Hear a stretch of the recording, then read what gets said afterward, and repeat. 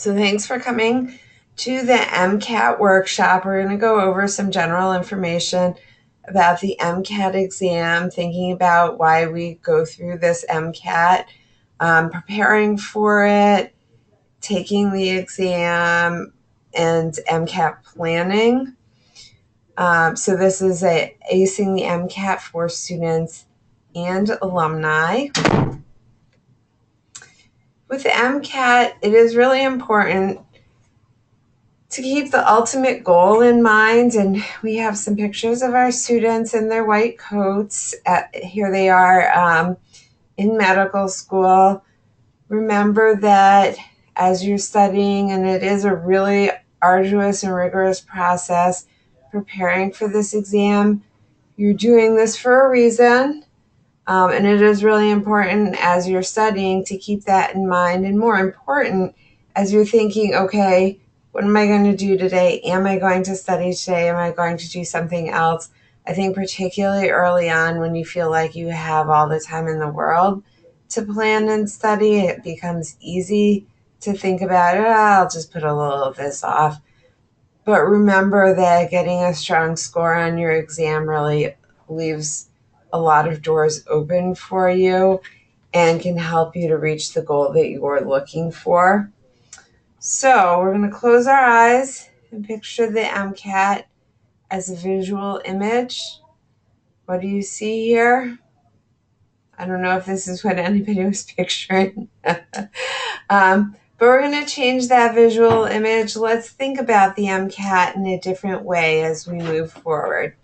So why is preparing for the MCAT sufficiently so important? You want to prepare for the MCAT well because having a strong score is going to help you get admitted to your top choice school. It's going to help you keep your options open. It's going to help you get an acceptance earlier in the application cycle. And I can't stress enough how nice it is to hear from a school in October as opposed to March. Those 6 months of not stressing and not worrying really makes a difference. And finally, it really does help you to prepare for the rigors of preclinical training.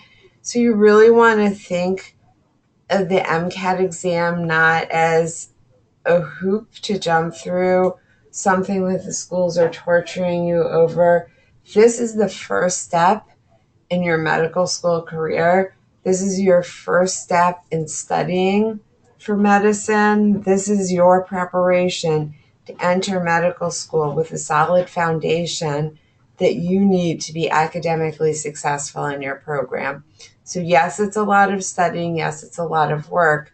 At the same time, they're having you do this because they want to know that you have the foundation that you need in order to be successful in this really, really rigorous academic program that you're applying for.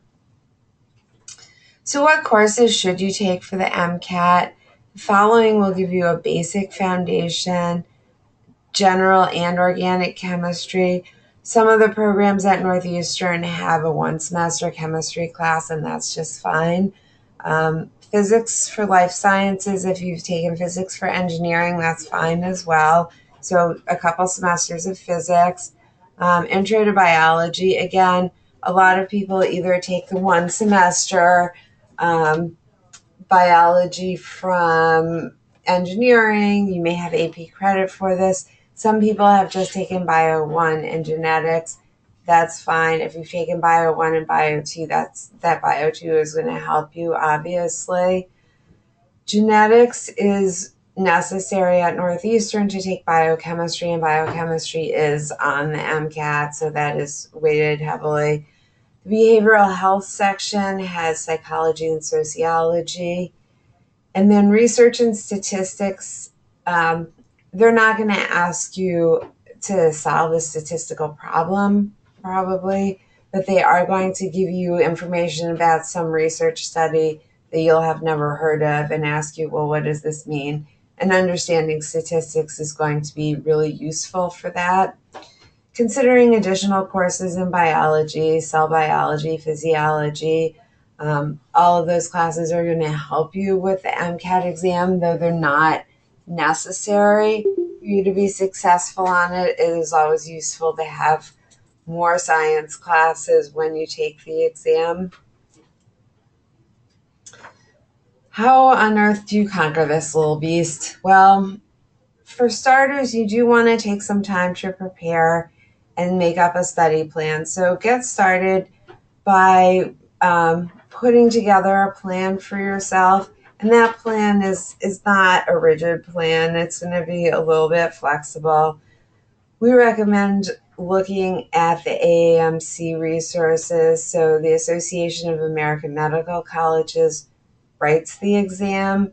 They are the resource that you want to use for starting your planning. They're the ones who know what's on it. They're most familiar, and they're not making any profit off of you. So they're just out there working with you and with the schools in order to help get a successful class of students and ultimately to have practicing physicians who are going to care for the population of the U.S.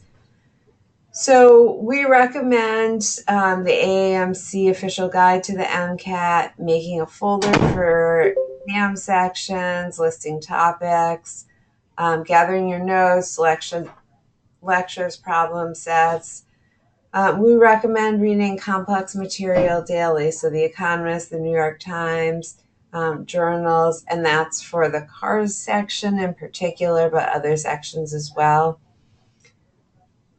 You definitely want to do a good solid content review for the MCAT, and so we would recommend doing some studying first and then thinking about, okay, now that I've done some studying, doing some practice questions and then practice tests. In terms of practice tests, some people prefer to do practice tests early on just to get used to the stamina of taking practice tests. Other people prefer to wait a little while. And I think some of that has to do with how many practice tests you have access to, because they can be a little bit expensive. So do plan out, okay, what do I have in the way of practice tests? What do I have access to? I know we had a panel of students who answered questions earlier this week, and they talked a lot about the different practice tests that they took, and they all agreed that they liked the next step practice tests the most. They felt that they were most like the AAMC practice tests. The AAMC practice tests are going to be the most like the actual tests. AAMC writes the tests. So you can definitely count on those tests to be the best predictors because they're actual exam questions. So they were on previous exams. They've been vetted and they know that these questions are accurate. Like they are good exam questions. The students who were on our panel said that their actual test performance was within a few points of their practice test performance. It's important to realize that most people don't go up on test day. Typically, people do a point or two lower on test day just because of the anxiety of the day. So you want to save those AMC practice tests for the end because they're a good predictor of how people do on the test day. So definitely do some planning in terms of that, in terms of thinking about, okay, when is this going to be? When is it the best time to take these? What other tests do I have? And when is it going to be a good time to think about, planning like other tests? How many tests do I want to buy? And where do I want to schedule those? All right. So do think about studying first, then doing some practice problems, then studying more. Practice tests really are key for practicing for the length of the exam. In terms of thinking about studying, you definitely want to think about, doing a self-assessment, thinking about what you need to study the most. So obviously you want to start in the areas that you know the least about. So going over some of the materials, if you know, okay, I know nothing about physics, my physics skills are not good, really bone up on physics a lot. And I would recommend considering buying some of the books, like buying the Kaplan books or the Exam Cracker books. They do a pretty good job of putting together the material that you're going to need. So, you'll have 12 chapters on physics, and you can kind of go through a chapter a day and go over that material. And they do focus on sort of the highest yield information from the tests. At the same time, you're going to come to some chapters where you're like, oh, I completely remember all of this. I don't need to spend a lot of time on this. And other chapters where you're like, okay, I'm going to need 2 days for this chapter. I really don't remember any of it. Maybe I need 3 days because I don't remember any of it at all. The last thing that you want to do as you're getting close to the test is come across chapters where you're like, I don't know anything about this, because that's going to make you really anxious. You want to be feeling more confident as you get closer to the test. So part of what you want to do when you're starting out is really kind of go through the chapters, do a preliminary review, and see, are there things I know nothing about here? Set up a realistic study schedule. 10 to 20 hours a week for 6 months is something that we recommend. Maybe you're only going to study for 4 months, and maybe you're going to study a little bit more during the week, more in the 20, 25 hours.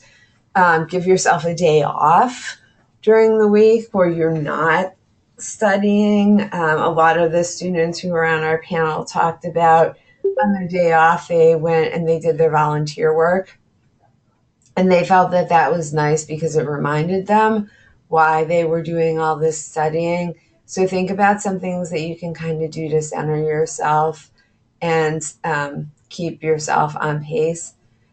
Try and study from all 4 sections most days, or if you're going to focus on one section, if you're going to focus on physics one day, don't the next day also focus on just physics.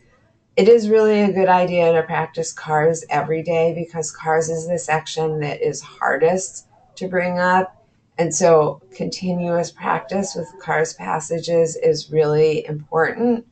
Finally, a study group can be really good. It can help you to keep on track, to keep up the pace, to study for the number of hours that you need to be studying. A lot of the students yesterday were saying, each of the sections on the test is an hour and a half. So I would just go to the library, study for an hour and a half, and I would do hour and a half blocks of studying so that every time that they got really used to studying for an hour and a half. And as they got closer to the test, they were really mindful of studying. Okay, I'm going to study for an hour and a half, take a 10-minute break, and then study for another hour and a half so that they could kind of get used to the duration of the time of studying. So there are a lot of free resources out there. Most of them are from AAMC. Definitely recommend using those. Khan Academy has also a lot of videos, and definitely use those. AAMC has partnered with Khan Academy for MCAT prep, and they've been putting together a lot of these videos. I think they're getting like 750,000 hits a day on these videos. So these are a really popular resource. They're particularly good if you're trying to go over a topic and you just don't remember it. Go into Khan Academy and be like, is there a video on this? If you're somebody who, for your major, wasn't able to take, for example, psychology or sociology, Khan Academy may be a really good place to, get a really good course on that, like put together a course on that.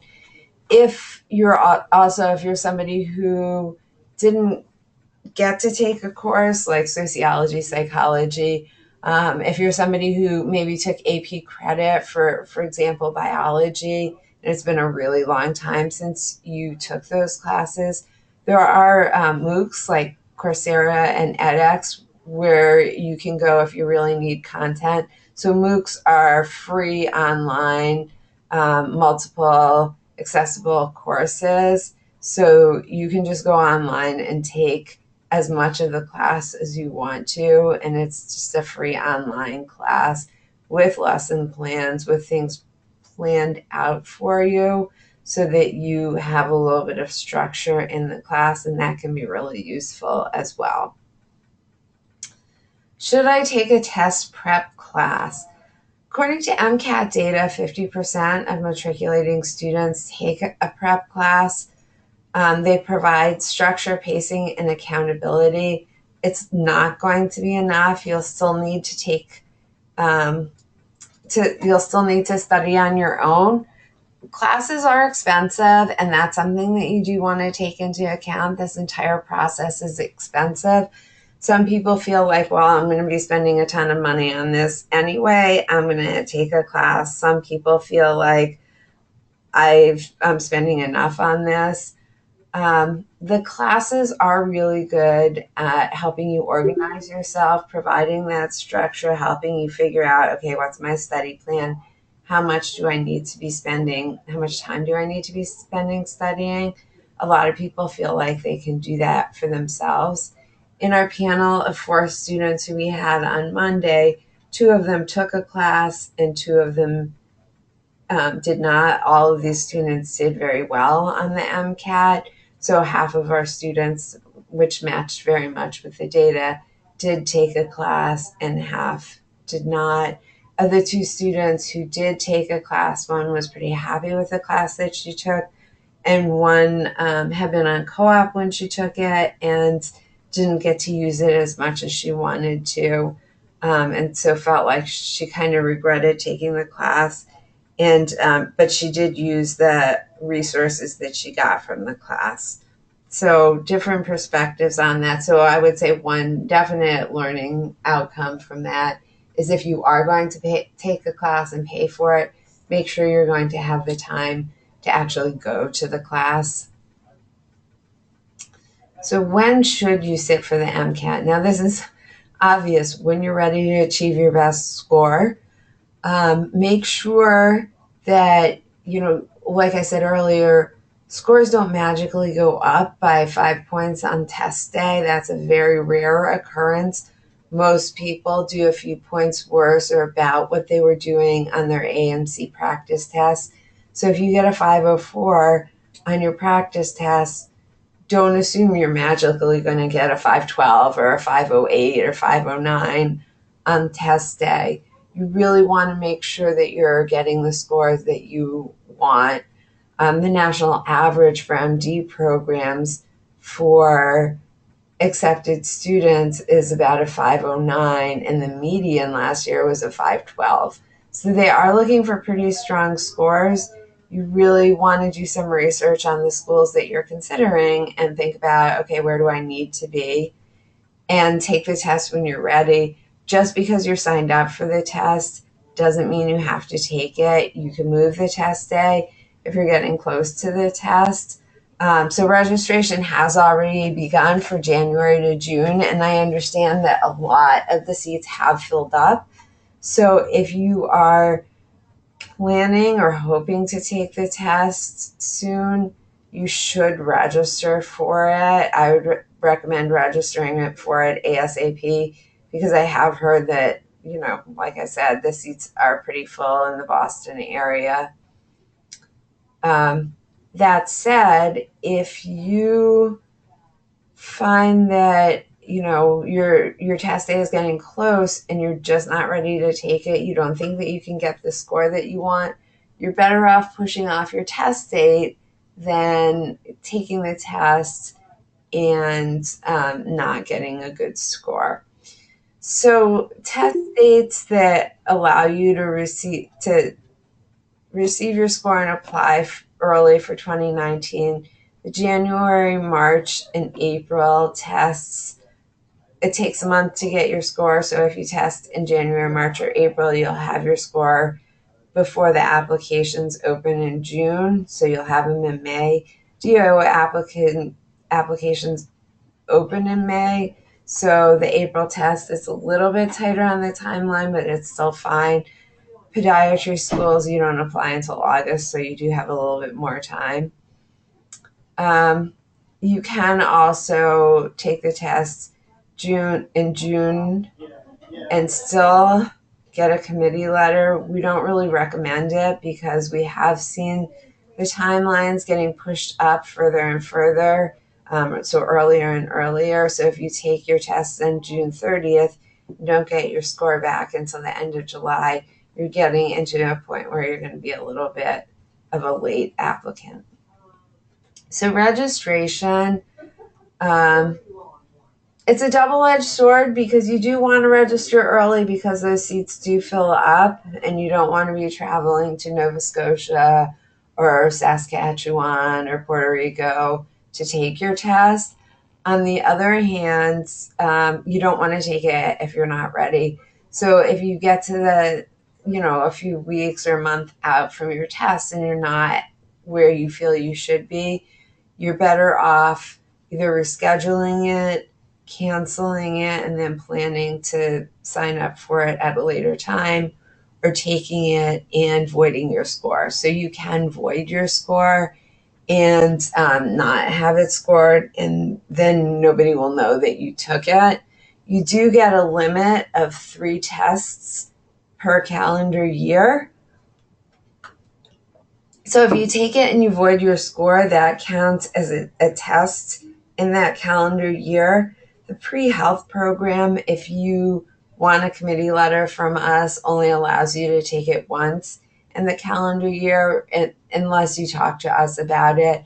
And that's because we don't want you to, say, take it in March, get a bad score in April, and then turn around and take it again in May, because odds are you're going to get the same score. And we don't want you getting 2 bad scores really close together because that can really hurt your application. That can be very detrimental. Sometimes it happens you had a bad test day because something went wrong. You weren't feeling well. You just completely freaked out. But you were as ready as you possibly could be. And if that's the case, we're not going to say, oh, no, you can't take the test again. So do talk to us if you think it's an extenuating circumstance. And just a quick note, make sure when you register, your name is exactly as it appears on your government ID when you go to take the test. If you're from Puerto Rico, in particular, folks have 2 last names. Make sure that you put your name down exactly the same, because if you have 2 last names on your government ID and just put one when you register, they're not going to let you take the test, and that will make you sad. AMC policy is that you can take the MCAT up to 3 times in a test year, up to 4 times over 2 years, and up to 7 times in a lifetime. So hopefully nobody's going to do that. We really recommend taking it once. If you take it once and you don't get the score that you want, taking it a second time is not the end of the world. It happens. If that does happen, you really, really want to address, okay, what went wrong the first time and how do I fix that? Because when you take it a second time, sometimes the schools will average those scores together. They understand it's a big stressful test. It's a big day. Sometimes things happen.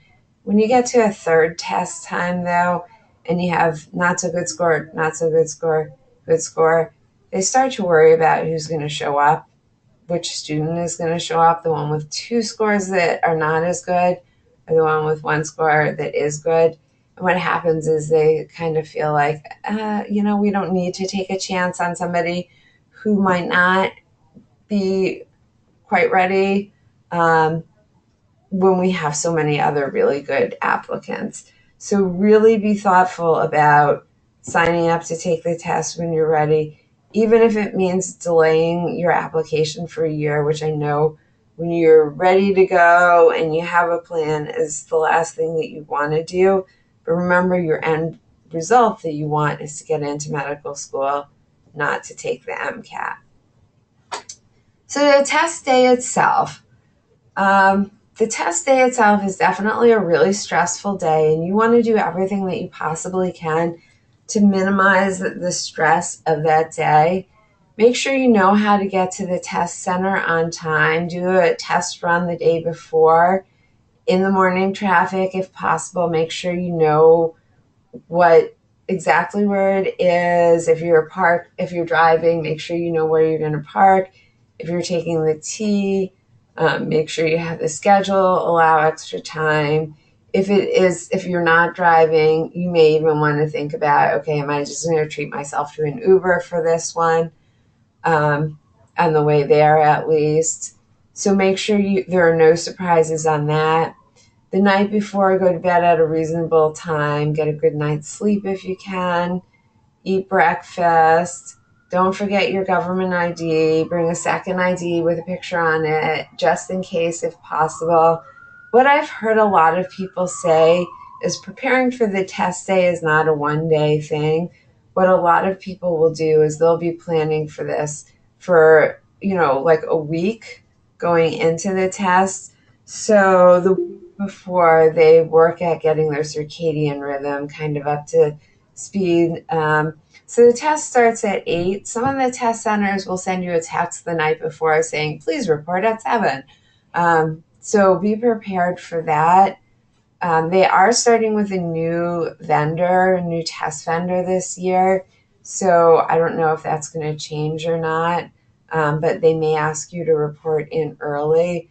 If you're not a morning person, if you're not somebody who likes getting up early, then you may want to start, getting up early a week ahead of time so that your body is used to it, and so that 6 o'clock or whatever time you have to get up seems like a reasonable time to get up, and your body is expecting to get up at that time. Somebody told me that they had a friend who was getting up at 5:30 every day, so that when they got up at 6 for the actual test, they felt like they got to sleep in a little bit. When you're doing your practice tests, you want to do those practice tests under actual test conditions. So you'll do a bunch of practice tests to prepare for the actual test day and to get used to the duration of the test. And when you're doing those practice tests, simulate test conditions as much as possible. So get up at the same time, have the same breakfast. Some people have said wear the same outfit that you plan to wear on the test day. Go to the 4th floor of the library or someplace that's going to be quiet but not completely silent. Take the test, use all of the breaks that you would get when you're doing the test, and finish at pretty much the same time so that you can get used to it. Even for lunch, like have the same lunch.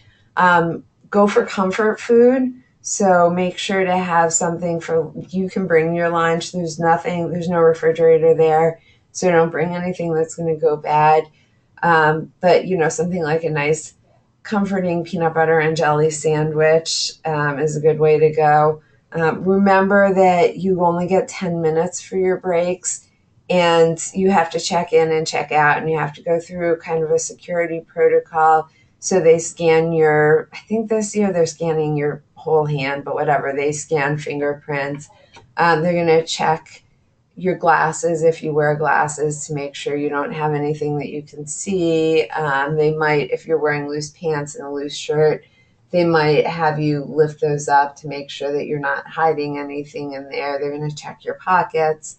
So it's a pretty extensive security protocol. So you do need to account for that when you're taking breaks on test day, which is to say you may limit your fluids to a certain degree. Don't limit them completely because you want to be well hydrated. But at the same time, you don't want to feel like, oh my gosh, I need to really hit the bathroom through the entire test. So do a little planning on your food and fluids intake. comfort food. Try not to have anything too smelly because you're going to feel awkward around the other people. So yeah, definitely do that planning, and that's a good thing to take into account as you're preparing for the test. Um, so yeah, prepare mentally for test day. Oops, wait. Oh, I just talked about this. Remember, on test day, you're not going to achieve a perfect score. Try and make sure to leave those questions that you just don't know the answer to behind. When you're doing the test, you can mark on it's a computer based test, but you can mark questions. So be mindful of how much time you have. Mark questions as, I don't know this one, I'm going to come back to it. So all the sort of standard techniques that you're used to. If you have a question that you're like, oh, I don't know the answer to this one, you really want to be prepared for that. Like, if the first question you don't know, don't freak out. Just say, okay, I'm going to mark this. I don't know it. I'm going to come back to it and keep going. You're not going to achieve a perfect score. Nobody does. So that's okay. And have a way to remind yourself of that during the test. That's kind of an important piece as well. So mental preparation is a big part of this test. Expect distractions to a certain degree. The way that they do the check-in, people start and finish at different times. It's not like everybody pick up your pencil and go. There will also be people there taking other tests. So there may be people taking the GRE or some other type of exam. So there may be people doing a lot of writing, or there may be people who finish sooner than you, and that may be because they're taking a test that's not 8.5 hours long. They do typically provide earplugs, although you may also be able to bring them. And if that's something that you think that you're going to take advantage of, you may want to wear earplugs when you're taking your practice test just to get used to practicing with earplugs. Remember, you always have the option to void the test if you aren't feeling good about your performance. And that's particularly important if you didn't finish a section. If you're like, oh, there are 3 passages I didn't get to in the cars section, just void the test. Don't get it scored just to see if it's not going to be good.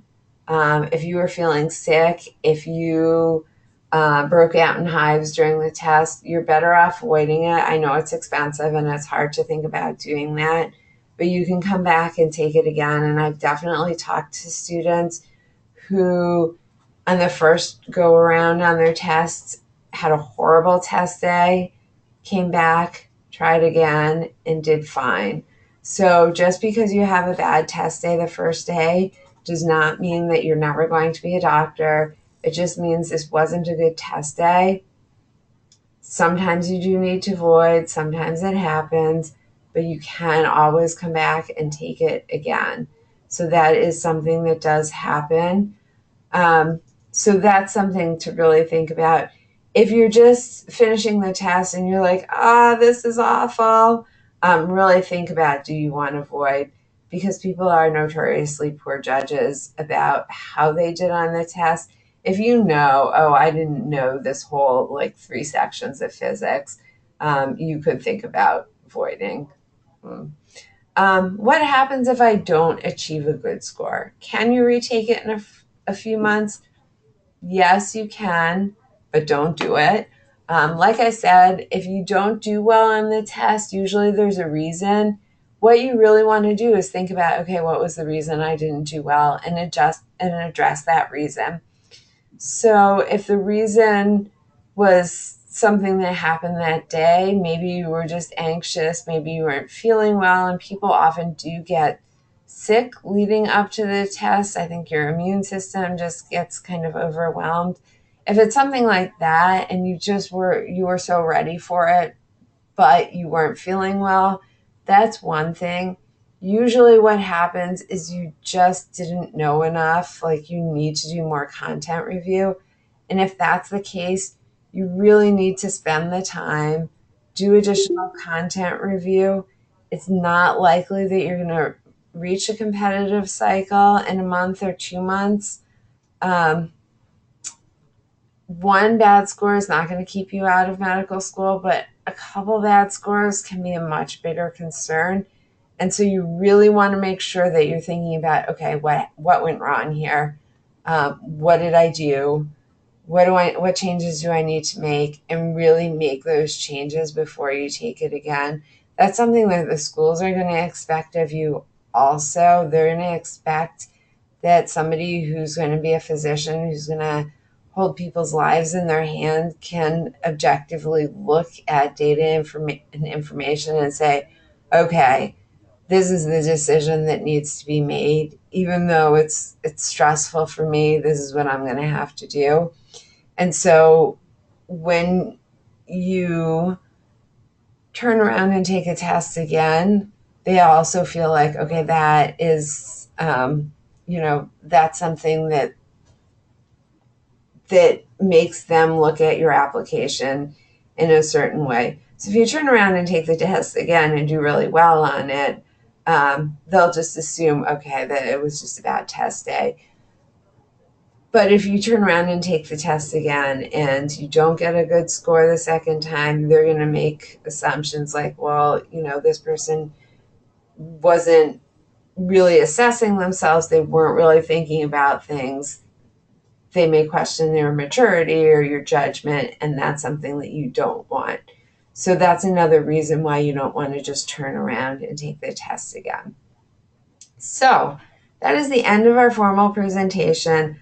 I know that it is a lot of information. It's a very overwhelming and stressful test. At the same time, once you start breaking it down into smaller pieces, it becomes much more doable. I will say that Northeastern students who spend a fair amount of time studying, and it's definitely a lot of work and a lot of study time, have been very successful on this exam and have been able to get really strong scores on the test. So it's something that's very doable. It's something that's within your abilities. It's something that you can really be successful on and can, really get a score that's going to help your application.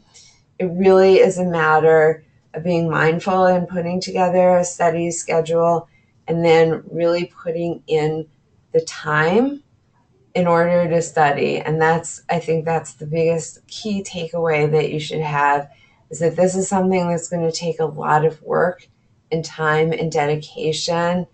And that's what you need to be planning for. And doing that work in a way that's going to have the highest yield, making sure that after you do a practice test that you look at every question, whether you got it right or wrong, and figure out what was the correct answer. Why is this the correct answer? Making sure that you do a lot of practice questions. If you feel like there are things that you need to memorize, making sure that you're doing that in an effective way. I know our students who are in medical school recommend Anki cards. That's ANKI. So you're really memorizing in a way that uses science to move things from short-term memory to long-term memory. So making sure that you're using the most effective strategies possible for your study, that's something that's really key. And knowing yourself well enough to know what's most effective for me, because for some people, everybody has their own best ways to study. So I'm going to open the floor for questions. If anybody does have a question, definitely feel free to type it into the chat box. And we'll see if there are questions here.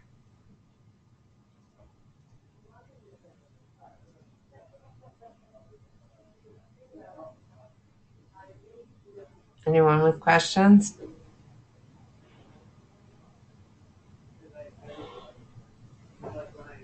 Well, I'm going to stop the recording. So thank you to everybody who's watching the video of this. And I appreciate you coming, and definitely feel free to touch base if you're watching the recording and have questions.